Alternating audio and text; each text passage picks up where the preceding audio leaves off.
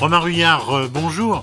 Vous êtes directeur général d'Habitat Plus et de PG. Vous pouvez nous rappeler ce que sont ces deux organisations? Oui, absolument. Donc, l'Association des professionnels du gaz décrypte l'actualité, essaye de donner de l'avance à nos professionnels du gaz et est contributeur pour leur business en apportant des leads, des contacts clients via notre site internet. Habitat Plus est une autre association qui vise à gérer la qualité des professionnels du gaz en lien avec l'administration centrale. Le gaz vert, on le sait bien, il est en pleine progression. Alors, vous pouvez nous rappeler ce que c'est véritablement que le gaz vert? Le gaz vert, c'est tout simplement la production de gaz qui se rapproche du méthane ou du propane et où on a changé finalement la manière, la matière pour le produire. Le gaz vert fait tout simplement écho à l'utilisation de déchets végétaux, agricoles, bref, des déchets putrescibles, qui fait que quand on les met dans une unité de méthanisation notamment, eh bien, on en sort du gaz, du méthane, euh, qui fait que l'aspect carbone est bien diminué. En quoi la montée du gaz vert, montée en puissance, peut-elle inciter les gens à changer leur matériel? Tout simplement, on sait très bien qu'aujourd'hui, le réchauffement climatique conduit à diminuer drastiquement nos émissions de CO2, hein, de dioxyde de carbone.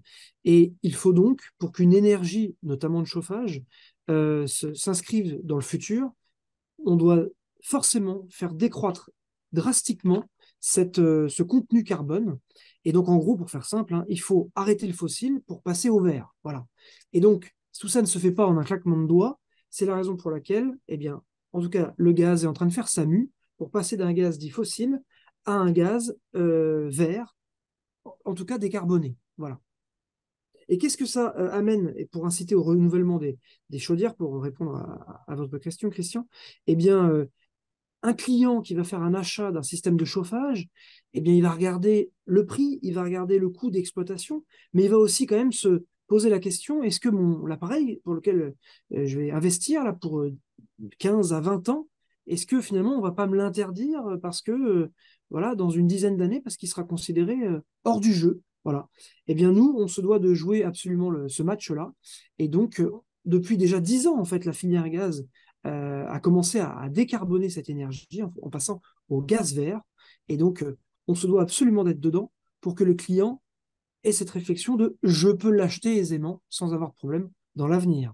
Le gaz vert, on le sait, participe donc au repli des énergies fossiles, mais qu'en est-il des GES, les fameux gaz à effet de serre? Eh bien, tout simplement, j'ai parlé en effet de décarbonation.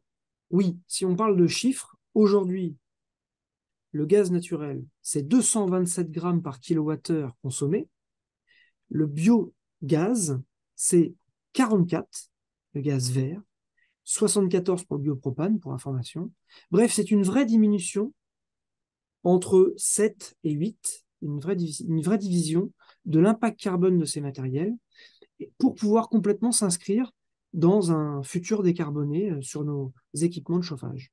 Alors, le gaz vert, est-ce qu'il est plus cher, moins cher que le gaz naturel pour les particuliers et quel est son positionnement par rapport aux autres énergies? Si on se réfère au comparateur des énergies publié par le ministère de la Transition écologique, on se rend compte que par rapport à un prix repère, qui est un prix pour le coup avec du gaz naturel, hein, donc 100% fossile, eh bien, le gaz vert est entre moins 4% et plus 15% pour respectivement plus 4% à plus 100% de biogaz. Donc, oui, c'est parfois moins cher, c'est parfois un tantinet plus cher, mais une chose est sûre, c'est que ça a un véritable impact sur la planète. Il faut choisir nos combats. À quelle échéance on peut espérer n'avoir que 100% de gaz vert dans les tuyaux, si j'ose dire, et comment comptez-vous arriver à une montée en puissance significative? L'horizon 2050 est une date validée par l'ensemble de la filière gaz pour arriver à ce 100% gaz vert, qu'on soit en gaz méthane, biométhane ou biopropane.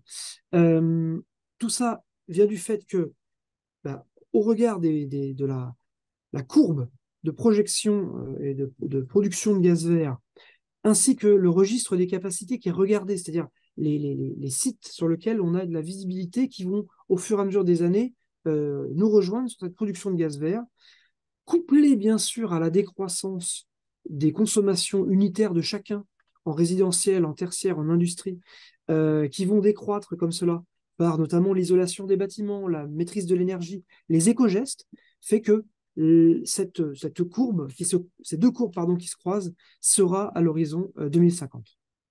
Merci Romain Ruyard, je rappelle, vous êtes directeur général, DG comme on dit, de PG et d'Habitat Plus. Alors on se retrouve prochainement sur la maison de Christian, dans le site également reno-info-maison.com et sur toutes les plateformes de podcast.